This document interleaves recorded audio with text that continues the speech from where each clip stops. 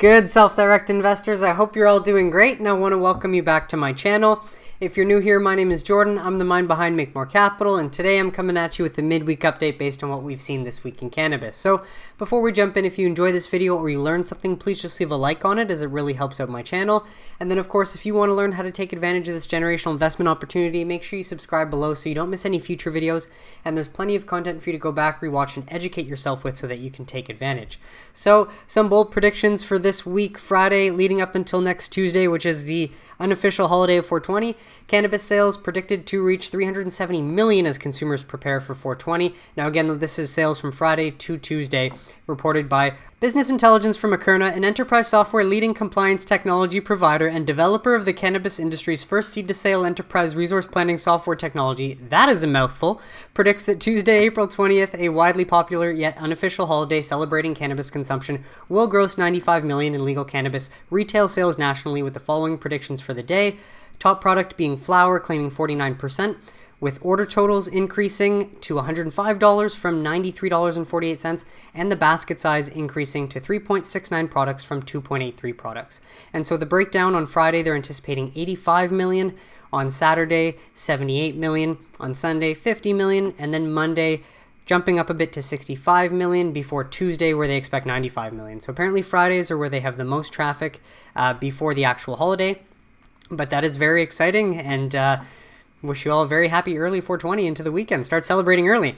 Now, Illinois gets more tax revenue from cannabis than alcohol, state says, which is impressive just 15 months in. From January to March, Illinois generated about 86.5 million in adult use cannabis tax revenue compared to 72.2 million from liquor sales. So I'm not sure if you'll be able to see, it's quite small, but from July 2020, liquor tax revenue was 29.5 million, adult use cannabis was just 13.9, and by March 2021, less than a year, the liquor tax revenue is 21.5 million, falling a good percentage, and adult use cannabis has increased to 28 million. So that's awesome to see that more people are shifting their buying to cannabis as opposed to alcohol. If the trend keeps up, Illinois could see more than 1 billion in adult use cannabis sales in 2021, which is very likely. Last year, the state sold about 670 million in cannabis and took in 205.4 million in tax revenue, which is, again, shows that population does matter. And so far, Colorado cannabis sales reached 167 million in February. The total represents a 20 million decline in sales from January 2021. However, Colorado's overall sales for the first 2 months of 2021 remains $78 million above the pace set between January and February of 2020. That's huge, and the sales are calculated by adding the total for both medical and recreational cannabis sales in Colorado's 64 counties. So that is impressive. Let's hope that continues. Now, I did want to go through Organigram's reports, because if you thought Aphria's was bad, this is just why I own Aphria, and I'm grateful that I chose that one company and held on tight and just stopped thinking about the Canadian market past that single company. Because let's see what their CEO has to say first. Although Q2 2021 results were challenged by industry dynamics, COVID-19, and staffing limitations in our facility, we believe there are excellent prospects ahead for the industry, Organigram, and our shareholders, said Greg Engel, Chief Executive Officer of Organigram. And this is why I've been emphasizing the US so much, because they have a much larger population, and the states that have legalized seem to have much looser regulations on the ability for sales to grow, and for stores to open, and for just expansion inside those states. Near term, we are currently tracking to generate higher revenue in Q3 2021 as our new product portfolio continues to gain traction and we become better staffed to fulfill the demand. Our recent acquisitions of the edibles and infusion corporations positions us to generate revenue from the largest single category of edibles, soft chews or gummies. Mind you, the category of edibles really doesn't make a whole lot of money in Canada, so I don't see how that's going to make a big difference. Yada yada, let's just go down to the numbers. Their gross revenue decreased by 29%, that's a lot. The tax that they had to pay increased by 14%, not ideal. Their net revenue decreased by 37%. Their cost of sales increased by 97%. Their gross margin before fair value changes decreased by 323%. Their fair value change in biological assets, meaning it seems they reduced their inventory, that did go down by 118%. But their gross margin decreased by 252%, and their net loss increased by 872%. Not ideal, which makes me very happy that I own Aphria. I got in early when I did because, again, for that European footprint, it seems that it's a no-brainer which Canadian company will benefit the most once that side of the world starts to open up. Now, just a few more things. Their cash balance in their balance sheet decreased by 5%. They did again decrease their inventory, which means they did probably sell a good portion of the cannabis that they've created, but everything else pretty much has gone down. So not great to see there. And this article pretty much tells you everything we need to know about the Canadian market. So let's walk through it. Aurora Cannabis leads Canada in market share decline while smaller companies gain, report says. Aurora Cannabis surrendered a greater share of Canada's recreational market last year compared to rival licensed producers, with Canopy not far behind, as the companies look to get back on track after a woeful 2020 that brought major financial losses, according to data contained in the new report compiled by ATB Capital Markets, an investment banking and financial services firm, and digital retail platform Highfire. Details a shakeup among Canadian producers of all sizes in terms of adult use market share. So, Ontario-based Akerna maintained its leadership in the Canadian adult use market with 14.9% market share in the first quarter of 2021. Akerna and Tilray, once united in the merger deal the companies agreed to in December, will control 19% of the Canadian rec market, according to the report, which is down from a previously estimated 22%. Not a whole lot, but still solidifies them as number one when they come together to create Tilray. Now, Edmonton-based Aurora led all licensed producers with 18.2% overall market share in the first quarter of 2020 last year, but that share fell to 7.4% in the first quarter of 2021. Yikes. And apparently it's due to the fall of declining share of dried flower sales for Aurora. We note that Aurora is undergoing an operational turnaround with the new management team that is focused on improving their presence in high-margin premium segments as opposed to maintaining their share in just the value segments. Now, Aurora did end 2020 with a loss of 3.3 billion Canadian dollars, and no one from Aurora wanted to talk about this. No, go figure. Now, Canopy started 2020 with 15.5% of the market, but that fell to 11.6% to start 2021, and they lost in 2020 2.3 billion Canadian dollars. So this is what I mean when I mention that Akerna is losing a lot less than other Canadian licensed producers.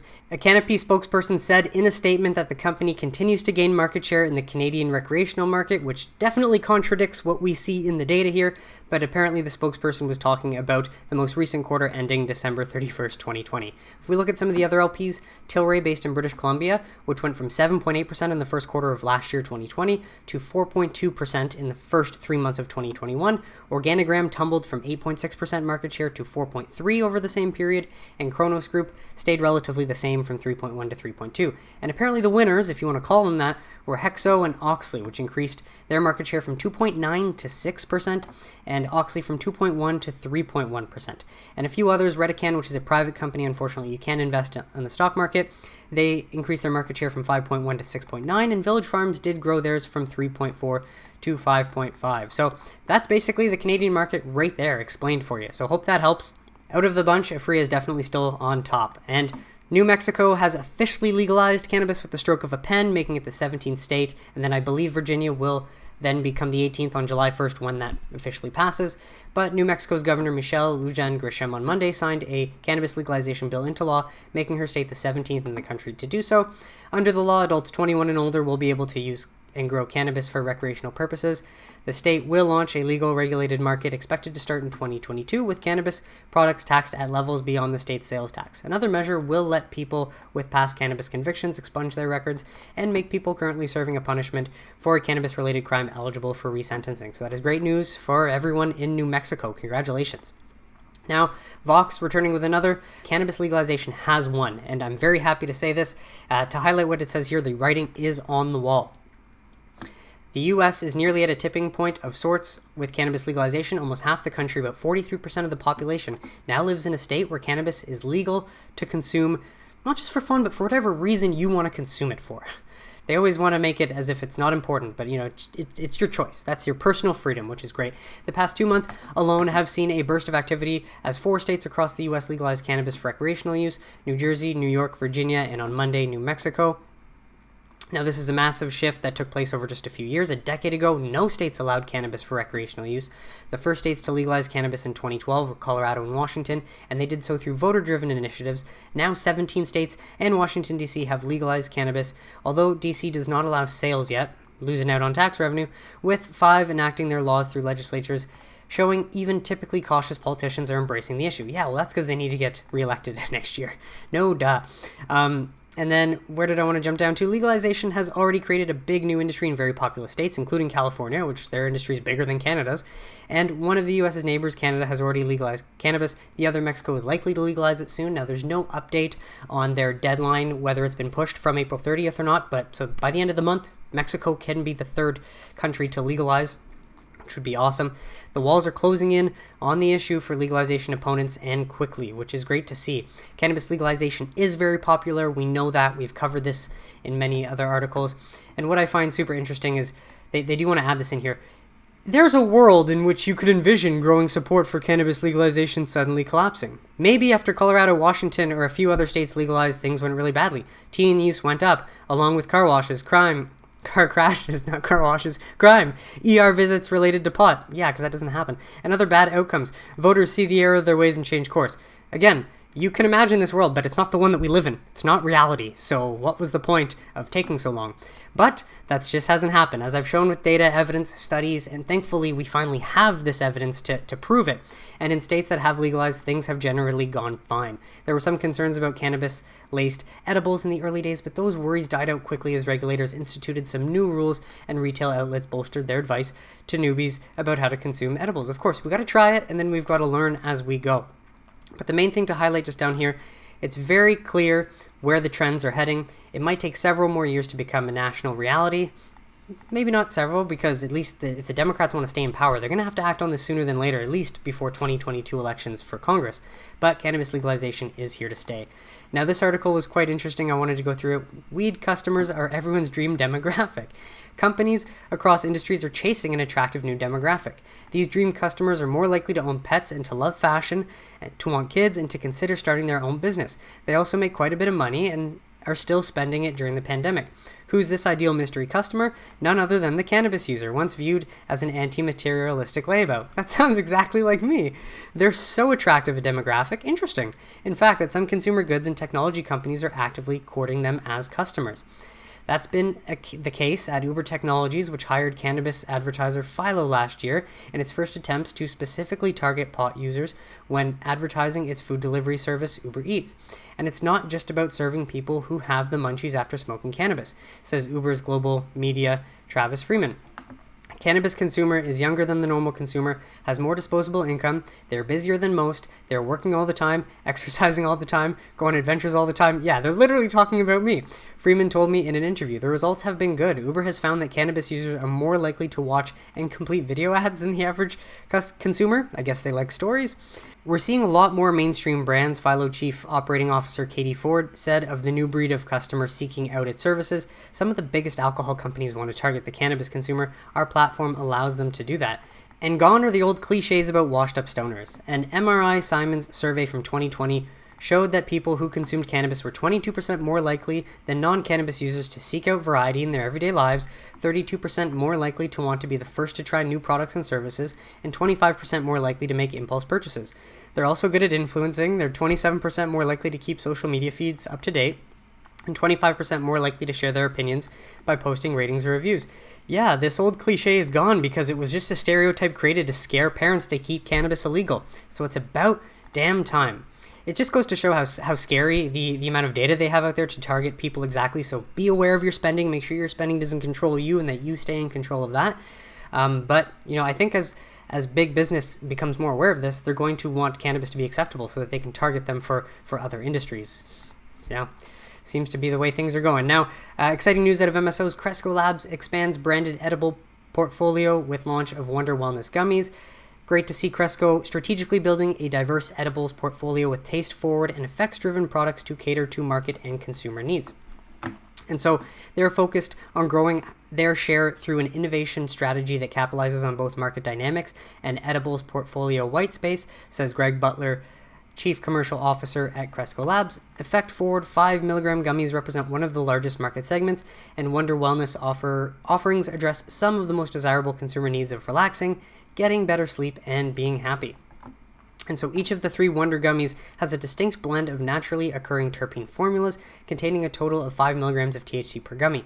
Relax, featuring a blueberry flavor enhanced with lemon balm botanicals, is indica dominant with 10 milligram CBD and 5 milligram THC. Focus, with a prickly pear flavor enhanced with ginger botanicals, is a hybrid offering with 5 milligram CBD and 5 milligram THC, while Laugh offering is a tangerine flavor enhanced with turmeric botanicals, is sativa dominant with 5 milligrams of THC. Each Wonder Gummy is vegan friendly and made with no artificial flavors or colors. Wonder Gummies comes with 20 gummies per pack. This is quite interesting because even in Canada, we're not able to get this narrow of a product because the regulations are still so tight. So it's great to see this, and as Cresco Labs going with that wholesale approach, and they are one of the companies I'm invested in, it's great to see them expanding this product offering to meet that demand. Now, Trulieve has announced closing of another public offering and a full exercise of over-allotment option, but this just tells me that they do plan to go shopping, and better to get this out of the way early than in the future.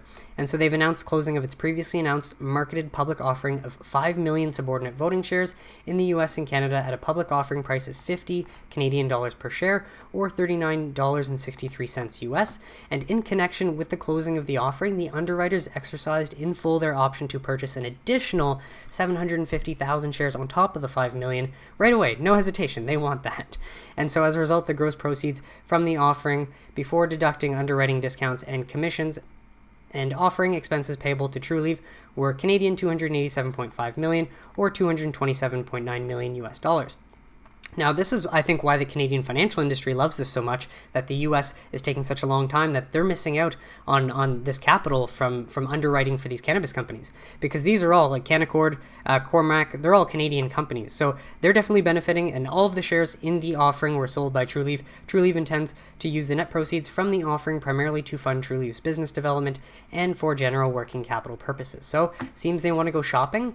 And investment firms, reported by Todd Harrison, are not worried or scared away by this dilution, giving Trulieve a price target. This is Beacon Securities Limited, a 12-month target of 90 Canadian dollars, up from 85, so increasing it actually after this, and also one from Gate Capital, giving them a price target of 100 Canadian dollars.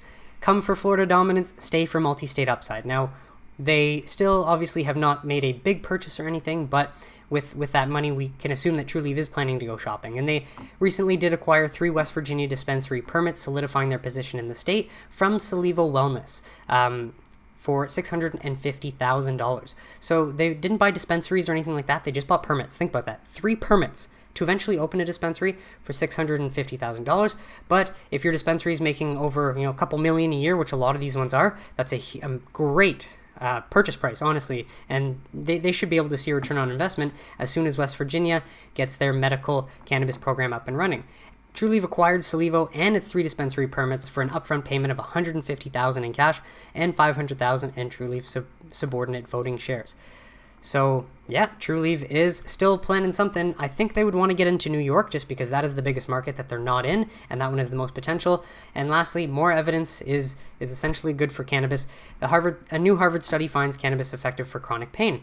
Long-term use of medical cannabis may be an effective treatment for chronic pain, according to a small study by researchers at Harvard Medical School and McLean Hospital in Boston. 37 patients suffering from arthritis, joint pain, neuropathy, and other chronic pain conditions were evaluated over a 6-month period while ingesting cannabis products through smoking, vaporizing, edibles, oils, and other methods. All of the patients were cannabis naive, meaning that they had never used cannabis before or had abstained from use for at least a year prior to the study. After 6 months of daily treatment with cannabis, patients reported significant improvements in their pain, sleep, mood, anxiety, and quality of life. What do you know? Yeah, cannabis makes suffering a little bit more bearable, as we've seen from other studies. And their use of opioid pain medication declined by an average of 13% and 23% after 3 and 6 months of treatment, respectively, although not to a degree that was considered significant. I think that's still a fairly significant amount, if you ask me. A control group of 9 patients that did not use cannabis did not have a similar pattern of improvement in pain or other symptoms. So I think that's very interesting. The control group that did not use any cannabis did not have any sort of improvement in their sleep, mood, pain, anxiety, or quality of life. So that's really the focal point The difference there, the naturalistic study of medical cannabis patients with chronic pain provides preliminary evidence that real-world medical cannabis treatment may be a viable alternative for adjunctive treatment for at least some individuals with chronic pain, wrote lead author Stacy Gruber, PhD Associate Professor of Psychiatry at Harvard Medical School.